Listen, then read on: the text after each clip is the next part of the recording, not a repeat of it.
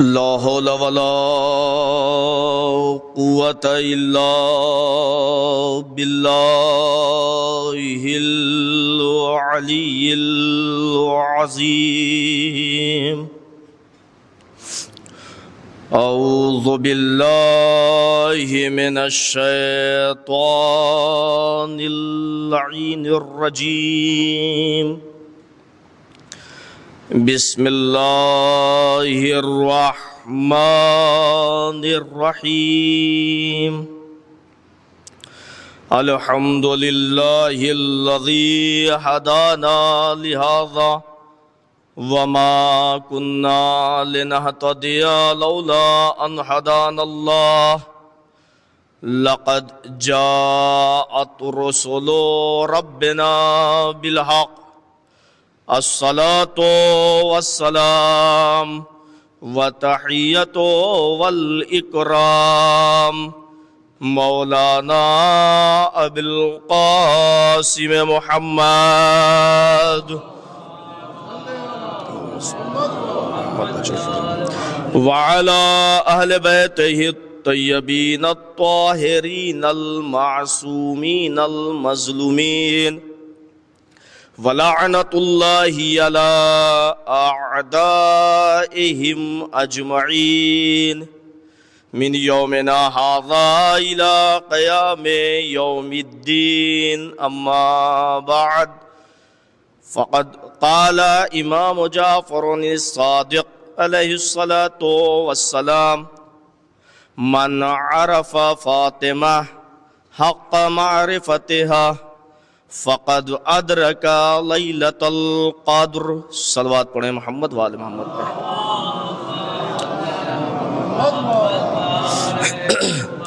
گزارش ہے ایک مرتبہ سورہ الحمد اور 3 مرتبہ سورہ اخلاص کی تلاوت فرما کر مرحوم و مغفور حسین حیدر خان ابن انصار رضا خان کی روح کو ہدیہ کر دیجیے.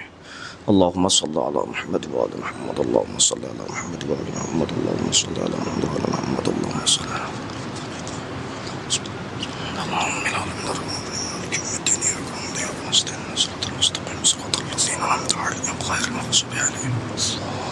بسم الله الرحمن الرحيم.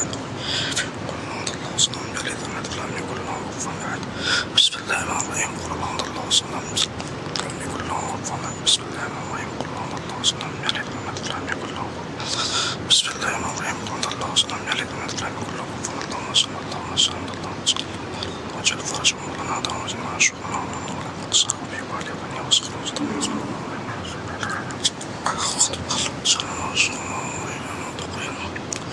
صلوات پڑھیں محمد وآل محمد.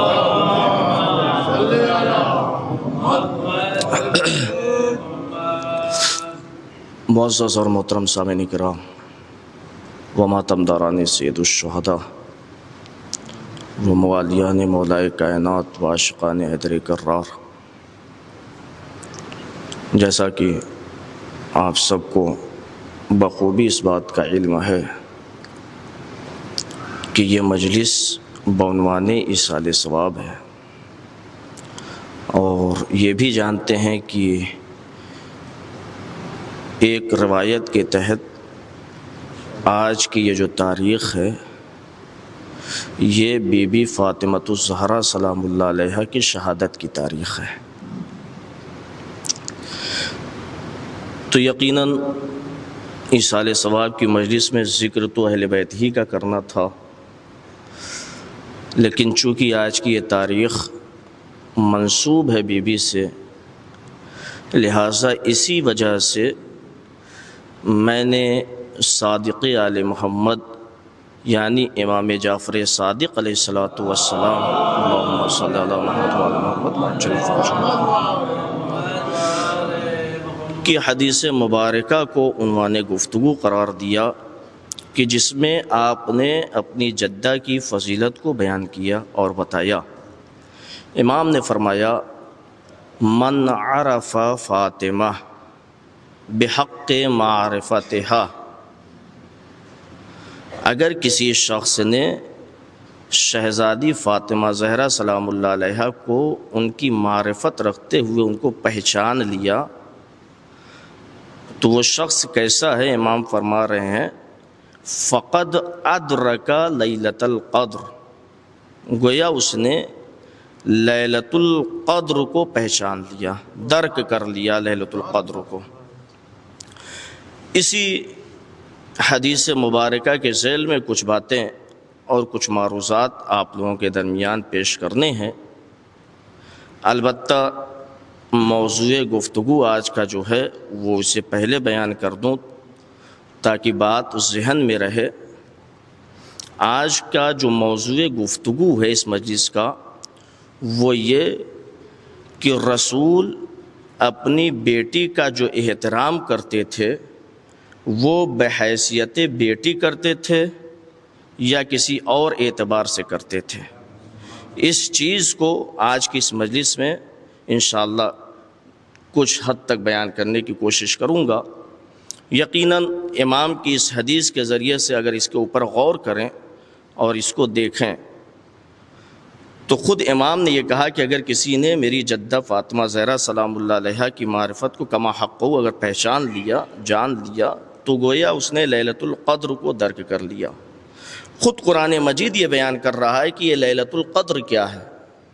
قرآن مجید نے بڑھ کر آواز دی وما ادراک لیلۃ القدر، تم کیا جانو کہ یہ لیلۃ القدر کیا ہے۔ اب ذرا غور کریں کہ یہ لیلۃ القدر کے بارے میں قرآن مجید کہہ رہا ہے کہ تم درک نہیں کر سکتے ہو کہ لیلۃ القدر کیا ہے جب وہ رات انسان کو نہ سمجھ میں آ سکے کہ جو لیلۃ القدر ہے تو پھر بی بی فاطمہ الزہرا سلام اللہ علیہا کی معرفت کو کس طریقے سے درک کیا جا سکتا ہے۔ ہم عام انسانوں کے بس کی بات نہیں ہے، توجہ کریں عزیزان محترم۔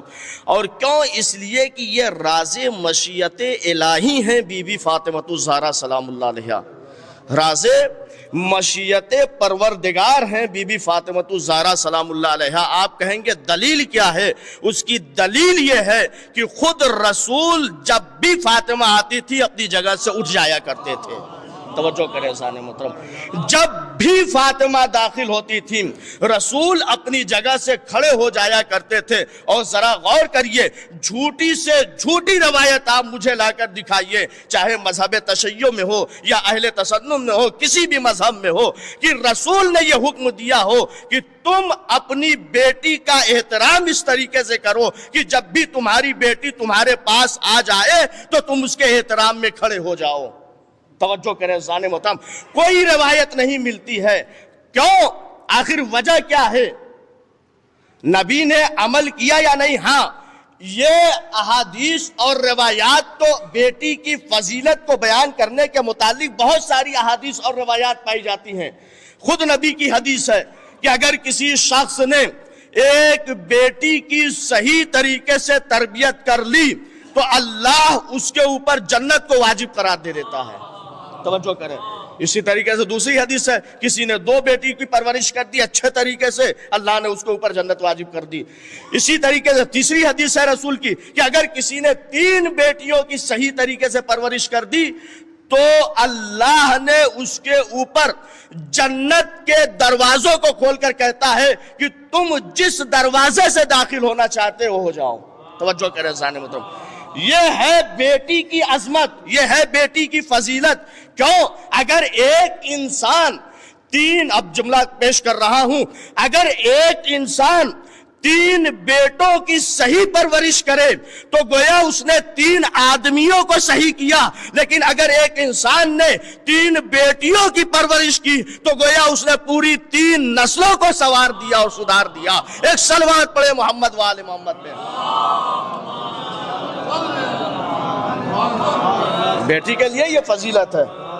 پھر روایات بتاتی ہے بیٹی کی فضیلت کو بیان کرنے کے لیے، روایت میں ہے کہ اگر تم کہیں جا رہے ہو باہر اور اس کے بعد پھر گھر پر لوٹو اور اگر تم کوئی تحفہ یا ہدیہ اپنے بچوں کے لیے لے کر آ رہے ہو تو سب سے پہلے اسے اپنی بیٹی کو دو. غور کریں, سب سے پہلے اس ہدیے کو, اس تحفے کو کہ جو تم اپنے گھر میں لے کر داخل ہو رہے ہو, سب سے پہلے کسے دو؟ اپنی بیٹی کو دو. نبی نے بیٹیوں کے سلسلے سے متعدد احادیث بیان کی, متعدد روایات ہیں. یہ احادیث اور روایات نہیں ہیں, مزاج جاہلیت پر رسول کا بھرپور تماچا ہے.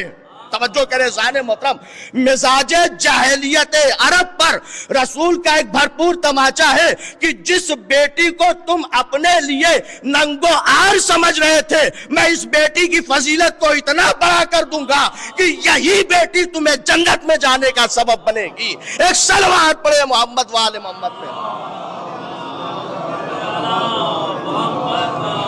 توجہ کرے ذہن محترم, یہی بیٹی جنت میں جانے کا سبب بنے گی. حتیٰ یہ کہ روایات میں موجود ہے کہ رسول ایک جگہ گئے ہوئے تھے, ایک شخص نے اپنے بیٹے کو اپنے زانو پر بٹھایا ہوا تھا اور بیٹی کو نیچے بٹھایا ہوا تھا. جب انہیں رسالت پر غصے کے آثار نمودار ہوئے, کہا خبردار, جو شخص, توجہ چاہتا ہوں, جو شخص اپنے گھر میں عدالت نہیں برپا کر سکتا وہ معاشرے میں بھی عدالت کو برپا نہیں کر سکتا. توجہ کرے ذہن محترم, جو شخص اپنے گھر میں اپنے بیٹوں کے ساتھ عدالت نہیں کر سکتا وہ کہیں بھی عدالت نہیں کر سکتا. یہ ہے احادیث. مگر یہاں پر مقام وہی ہے کہ رسول اتنی زیادہ بیٹی کی عظمت کو بیان کر رہے ہیں, مگر اس رسول نے یہ نہیں کہا کہ جب بھی بیٹی آئے تم اس کے احترام میں کھڑے ہو جاؤ. توجہ کریں. اچھا, حدیث کہتے کسے ہیں؟ حدیث نام ہے 3 چیزوں کا. توجہ چاہتا ہوں, حدیث نام ہے 3 چیزوں کا. یا تو رسول کچھ کہے, یا یہ کہ رسول کسی کام کو انجام دے, وہ ہمارے لیے حجت. تیسرا یہ کہ رسول کے سامنے کسی عمل کو انجام دیا جائے اور رسول خاموش رہے اسے دیکھ کر. یہ تینوں حدیث کی قسمیں ہیں. پہلا کیا کہ رسول کچھ کہے, دوسرا رسول کچھ کرے, اور تیسرا یہ کہ رسول کے سامنے کوئی کام ہو اور رسول خاموش رہے. یاد رکھیے, ہم اور آپ مصلحتاً اگر کوئی انسان غلط کام کو انجام دے رہا ہے تو مصلحتاً خاموش رہ سکتے ہیں, مگر رسول ایسا کام نہیں کر سکتا. توجہ کرے ذہن محترم, رسول کبھی ایسا کام نہیں کر سکتا. گویا حدیث نام ہے تقریر معصوم, فعل معصوم اور قول معصوم کا. توجہ کریں, یہ 3 چیزیں ہیں. قول معصوم یعنی رسول کہے, فعل معصوم یعنی رسول اس عمل کو انجام دے, اور تقریر معصوم کا مطلب یہ کہ معصومین کے سامنے اگر کسی عمل کو انجام دیا جائے معصوم اس چیز کو دیکھ کر خاموش رہے.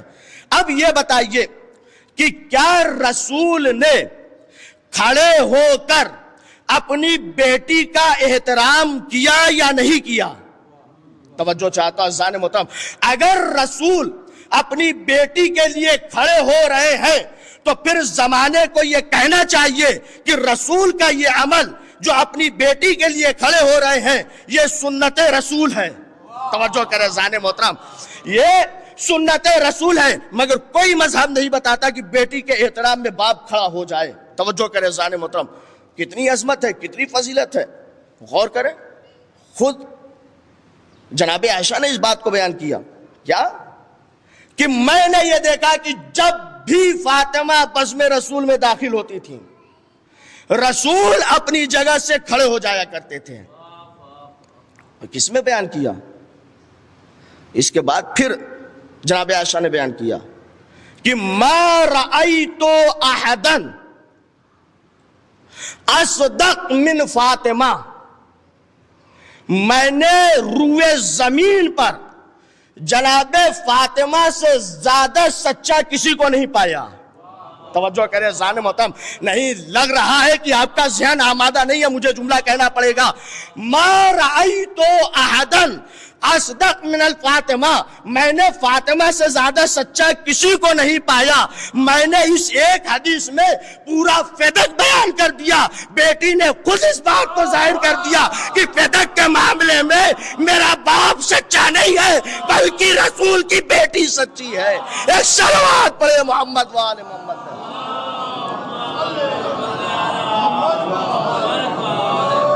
توجہ کرے زان محترم، فدق کے معاملے میں میرا باپ سچا نہیں ہے بلکہ رسول کی بیٹی سچی ہے۔ اور عزیزوں، اس بات کو خود ایک صلوات پڑھیں محمد والے محمد پہ۔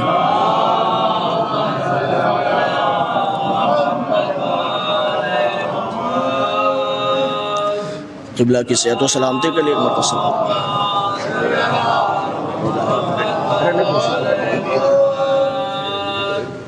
دقت ہوگی آپ کے لیے، تو ایک اور صلوات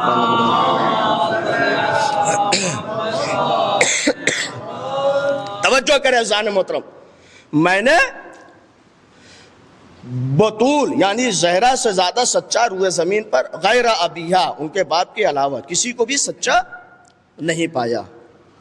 اب یہ بات خود مستدرک الصحیحین میں موجود ہے، یہ جو بات میں بیان کر رہا ہوں۔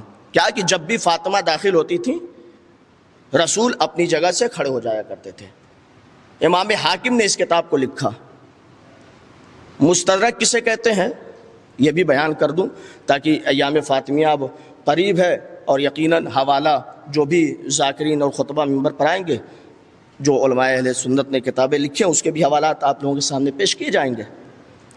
مستدرک الصحیحین وہ کتاب امام حاکم نے لکھی کہ جو کتابیں صحیح بخاری اور صحیح مسلم میں جگہ جس کو نہ ملے، اگرچہ منبع کے اعتبار سے ان کے جو شرائط تھے اس اعتبار سے یہ حدیث بالکل صحیح ہوتی تھی۔ اچھا، یہ بھی شہزادی کے اوپر ایک ظلم ہے، بات آ گئی ہے تو بیان کر دوں۔ اگر آپ پوری صحیح بخاری، قبلہ موجود ہیں میری بات کی تائید کریں گے، پوری صحیح بخاری اٹھا کر دیکھ لیجئے، جناب شہزادی کے متعلق دیگر اور لوگوں کے متعلق آپ کو متعدد حدیث مل جائیں گی، ہر غیرے کے متعلق آپ کو مل جائے گی، مگر خود بی بی فاطمہ الزہرا سلام اللہ علیہا کے متعلق اللہم صلی اللہ علیہ وسلم نہیں، صلوات ایسے نہیں، اگر صلوات بھیجنا ہے تو پھر بہترین طریقے سے صلوات بھیجئے، اللہم صلی اللہ علیہ وسلم، ورنہ میرے لیے کوئی مسئلہ نہیں ہے، بغیر صلوات کی پوری مجلس پڑھ کے مذہب پڑھ کے اتر جاؤں گا، کوئی مسئلہ نہیں، مگر صلوات ہو تو پھر قاعدے کی صلوات ہو۔ ایک صلوات پڑھے محمد وآل محمد۔ توجہ کرے اذان محترم، اس کے معیار کے مطابق یہ ساری حدیثیں، اچھا یہ بھی اتفاق ہے کہ انہوں نے 6 لاکھ احادیث کو جمع کیا، تب بھی صحیح تھی، اس میں سے 1 لاکھ کو چنا تب بھی صحیح، پھر اس کے لیے ہر ایک کے لیے رکعت 2 رکعت نمازیں پڑھی، تسبیح نکالی اور استخارہ دیکھا، 80,000 کو چنا تب بھی صحیح، اور اس وقت سے لے کے آج تک یہ کتاب صحیح ہے۔ جب اتنی موٹی تھی تب بھی صحیح تھی، کچھ اور باتیں آئیں، پھر کاٹ چھانٹ ہوئی، اتنی ہوئی تب بھی صحیح، اور آج اتنے حصے میں ہے تب بھی صحیح ہے۔ یہ اس کتاب کا کیا انہوں نے بیان کیا اس میں کہ رسول نے فرمایا، ساری فضیلتوں کو انہوں نے ایک کنارے کرتے ہوئے امام بخاری نے جو اپنی صحیح بخاری میں لکھا کہ رسول نے فرمایا ہے فاطمہ تو بضعۃ منی، فاطمہ میرا حصہ ہے، من آذاہا فقد آذانی، جس نے فاطمہ کو اذیت دی اس نے مجھے اذیت دی۔ اللہ نے کہا اے امام بخاری صحیح بات ہے، اگر تم فاطمہ کے متعلق اگرچہ تم نے ساری احادیث کو ترک کر دیا، مگر میں ان 2 حدیثوں میں سے بھی ایک ایسی حدیث لکھوا دوں گا کہ جو ساری احادیث کو احاطہ کر لے گی۔ توجہ کرے ذہن محترم، کیا لکھا؟ فاطمہ تو بضعۃ منی، فاطمہ میرا حصہ ہے۔ یہاں پر جو ترجمہ کیا جاتا ہے عام طور سے کہ فاطمہ میرے جگر کا ٹکڑا ہے، یہ سمجھانے کے لیے ہے کہ فاطمہ میرے جگر کا ٹکڑا ہے، ورنہ یہاں پر کوئی لفظ جگر کے لیے عربی عبارت میں کوئی لفظ نہیں آیا ہے۔ یہاں پر کیا مطلب؟ رسول یہ کہہ رہے ہیں کہ فاطمہ میرا حصہ ہے، اس کا مطلب یہ ہے کہ جو کمالات رسول کے اندر پائے جا رہے ہیں، اب وہ کمالات چاہے جسمانی اعتبار سے ہو یا روحانی اعتبار سے، توجہ کریں ذہن محترم، سارے کمالات بی بی فاطمہ الزہرا سلام اللہ علیہا میں پائے جاتے ہیں۔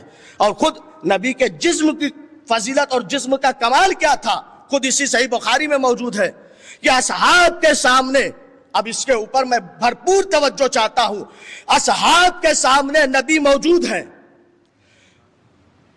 اصحاب کے جسموں کے اوپر مکھیاں بیٹھ رہی ہیں، رسول کے جسم اطہر پر مکھی نہیں بیٹھ رہی ہے۔ اصحاب نے سوال کیا، یا رسول اللہ آخر وجہ کیا ہے؟ یہ مکھیاں ہمارے اوپر آ رہی ہیں، آپ کے اوپر نہیں جا رہی ہیں۔ رسول نے کہا تمہیں نہیں معلوم، ان مکھیوں کو بھی یہ معلوم ہے کہ میں تم جیسا نہیں ہوں۔ توجہ کرے ذہن محترم، عجیب مسلمان ہے، اس مکیوں کو تو یہ معلوم ہے کہ رسول ان کے جیسا نہیں، مگر یہی مسلمان جب رسول کی فضیلت کو بیان کرتا ہے تو کہتا ہے رسول ہمارے جیسے تھے۔ ایک صلوات پڑھے محمد والے محمد۔ توجہ کریں، اس میں لکھا ہوا ہے کہ جب بھی فاطمہ آتی تھی اپنی جگہ سے رسول اٹھ جاتے تھے، اور صرف اٹھتے نہیں تھے بلکہ اپنی جگہ پر بٹھاتے تھے، صرف بٹھاتے بھی نہیں تھے، کس طریقے سے عزت و احترام کرتے تھے۔ اٹھتے تھے، چند قدم آگے بڑھتے تھے، شہزادی کا بوسہ لیتے تھے، اور بوسہ لینے کے بعد پھر اپنی جگہ پر بٹھاتے تھے۔ توجہ کریں ذہن محترم، آگے بڑھتے تھے، شہزادی کا بوسہ لیتے تھے اور پھر اپنی جگہ پر بٹھاتے تھے۔ اور آپ کیا سمجھ رہے ہیں یہ اپنی جگہ پر بٹھانا یہ عام بات ہے؟ توجہ کریں ذہن محترم، رسول کی جگہ پر بیٹھنا یہ کوئی عام بات نہیں ہے۔ اب اسے تاریخ طبری نے لکھا، ابو سفیان کی بیٹی، توجہ چاہتا ہوں عزیزان محترم، جب رسول نے دین اسلام کو پھیلایا، ابو سفیان کی بیٹی جس کا نام تاریخ نے ام حبیبہ بیان کیا ہے، اس نے اسلام کو قبول کیا، اور جب اسلام اس نے قبول کر لیا تو رسول نے اسے حبشہ کی طرف بھیج دیا، اور وہاں پر جانے کے بعد رسول نے اس کا عقد کسی کے ساتھ کرا دیا۔ کچھ عرصہ گزرا کہ اس کا شوہر کافر ہو گیا۔ توجہ کریں ذہن محترم، کچھ عرصہ گزرا، اس کا شوہر کافر ہو گیا۔ خط لکھا، رسول ہجرت کر چکے ہیں، مکے سے مدینے آ چکے ہیں، خط آیا رسول کے پاس۔ رسول نے کہا کہ اب ان دونوں کو جدا جدا کر دو۔ توجہ کریں انسان محترم، ان دونوں کو علیحدہ کر دو۔ کیوں؟ اس لیے کہ اس کا شوہر کافر ہو گیا ہے۔ کس لیے؟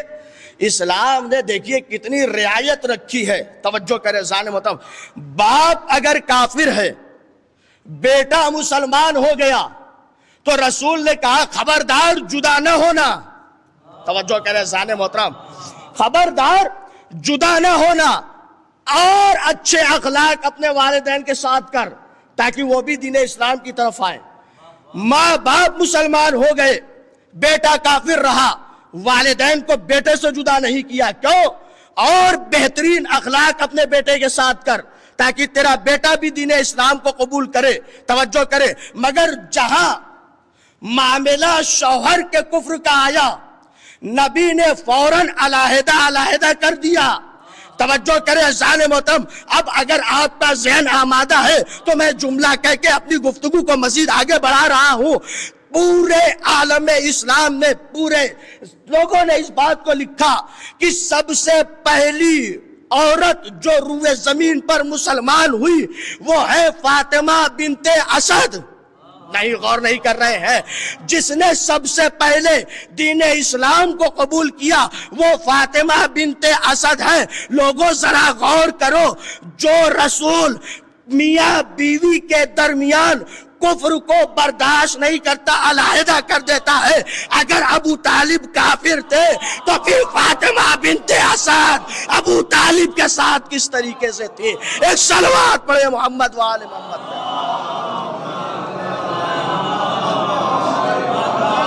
کس طریقے سے؟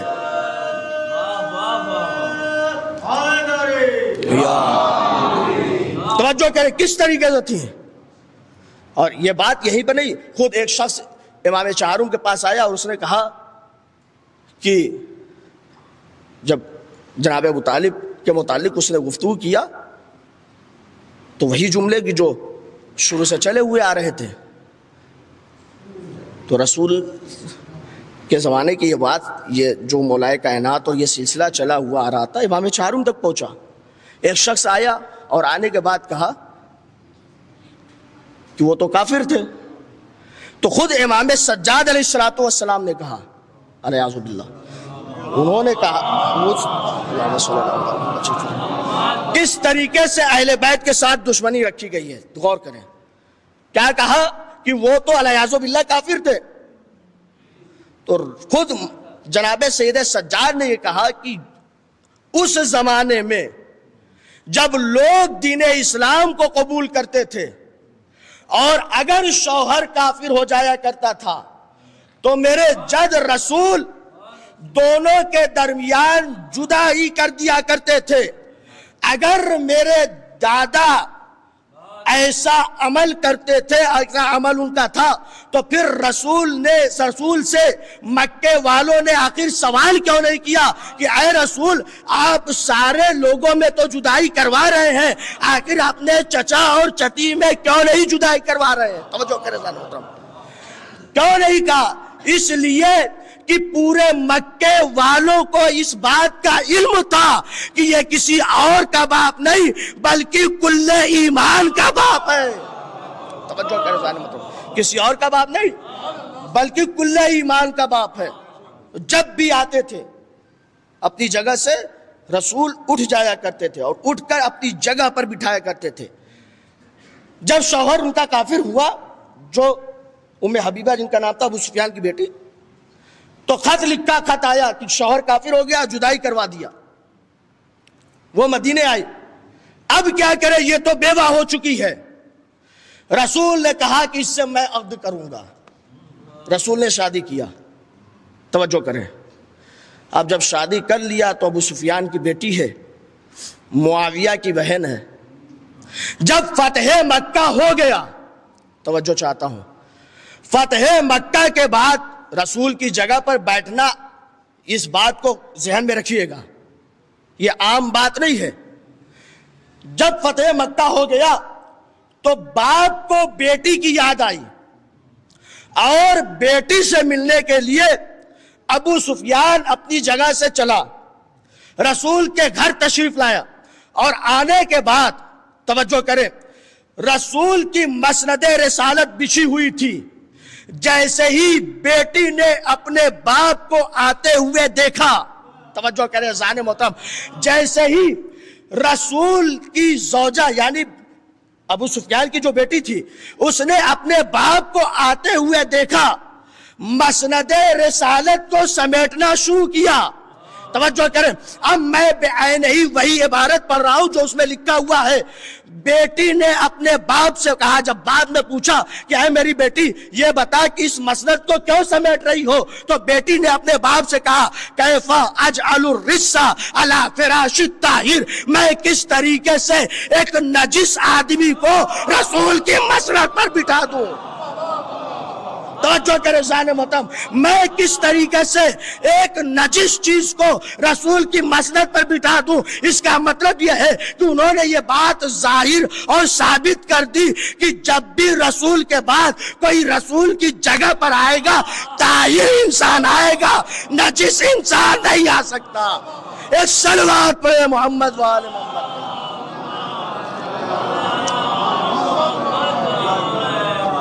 جب بھی رسول کی جگہ کوئی انسان بیٹھے گا، چاہے وہ مسند ہو یا وہ منبر ہو، طاہر انسان بیٹھے گا۔ اور عزیزو، چونکہ آپ کی معیار سماعت بلند ہو چکی ہے تو ایک جملہ اور کہہ کے آگے بڑھ جانا چاہتا ہوں. وقت بھی ہو رہا ہے نماز کا, میں گھڑی دیکھ رہا ہوں, میں 5-10 منٹ اگر ادھر ہو جائے کوئی مسئلہ نہیں ہے.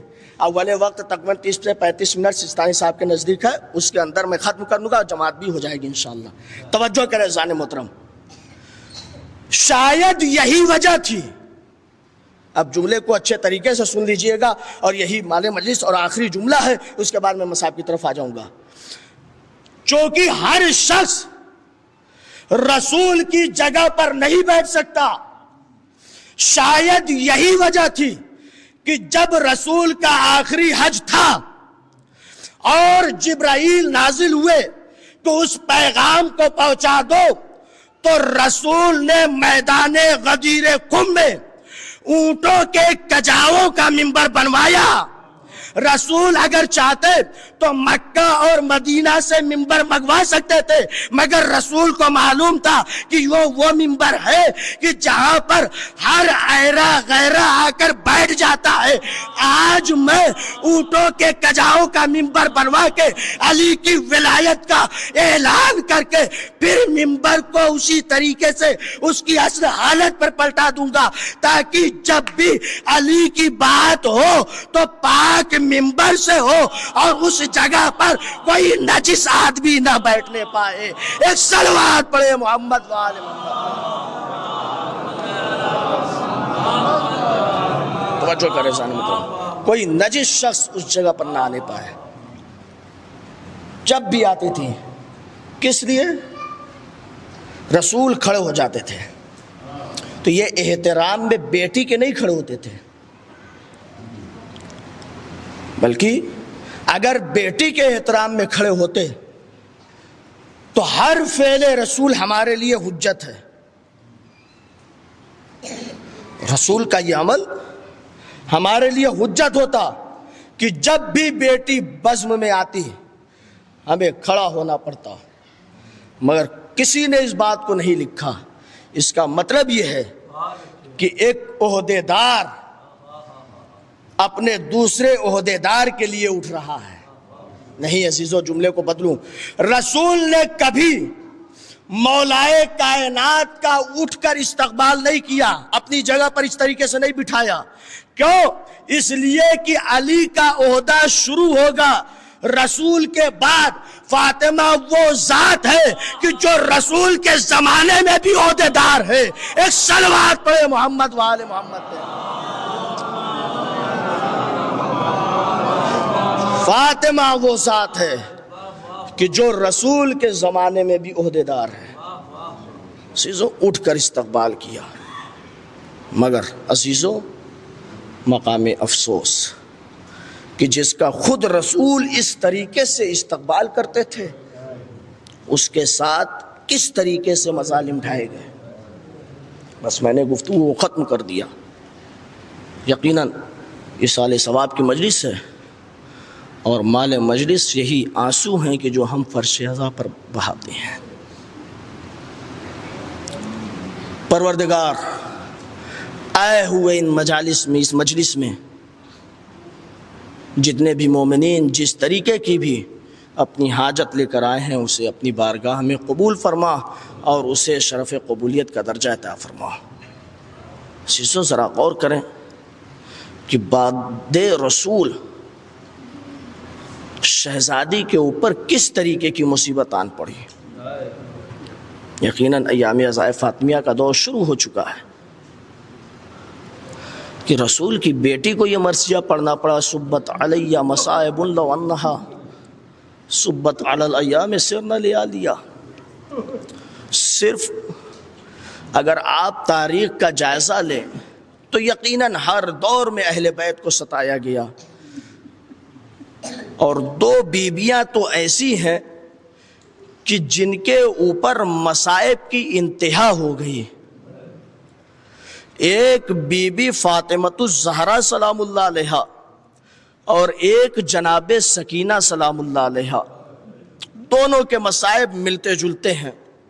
غور کریں, یہاں مدینے میں اس شہزادی کو بعد رسول رونے سے منع کیا جا رہا ہے, ادھر سکینہ بھی اگر اپنے باپ کے اوپر آنسو بہاتی ہے تو کبھی شمر تازیانہ لے کر بڑھتا ہے تو کبھی کھولی تازیانہ لے کر بڑھتا ہے۔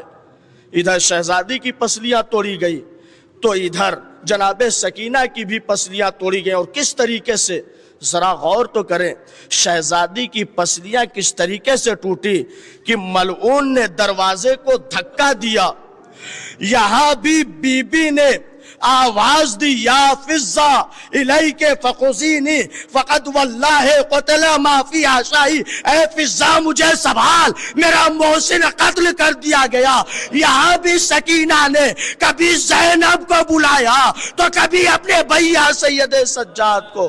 جزاکم اللہ، خدا آپ کو کوئی غم نہ دے سوائے غم آل محمد کے۔ ہاں عزیزو ذرا غور کریں کہ کس طریقے سے مصائب ڈھائے گئے اہل بیت اطہار پر۔ ہاں عزیزو یہی وجہ تھی کہ شہزادی نے یہ وصیت کیا تھا، اے علی تم مجھے رات کی تاریکی میں غسل دینا، تم ہی مجھے کفن پہنانا۔ ذرا غور کرے وہ مولا کہ جو جنگوں میں بہادری کے ساتھ لڑا کرتا تھا، جب اس نے زہرا کی شہادت کی خبر سنی ہے تو روایت بتاتی ہے کہ بیت الشرف تک مسجد سے آتے ہوئے 3 مرتبہ مولا کائنات منہ کے بل زمین پر گرے۔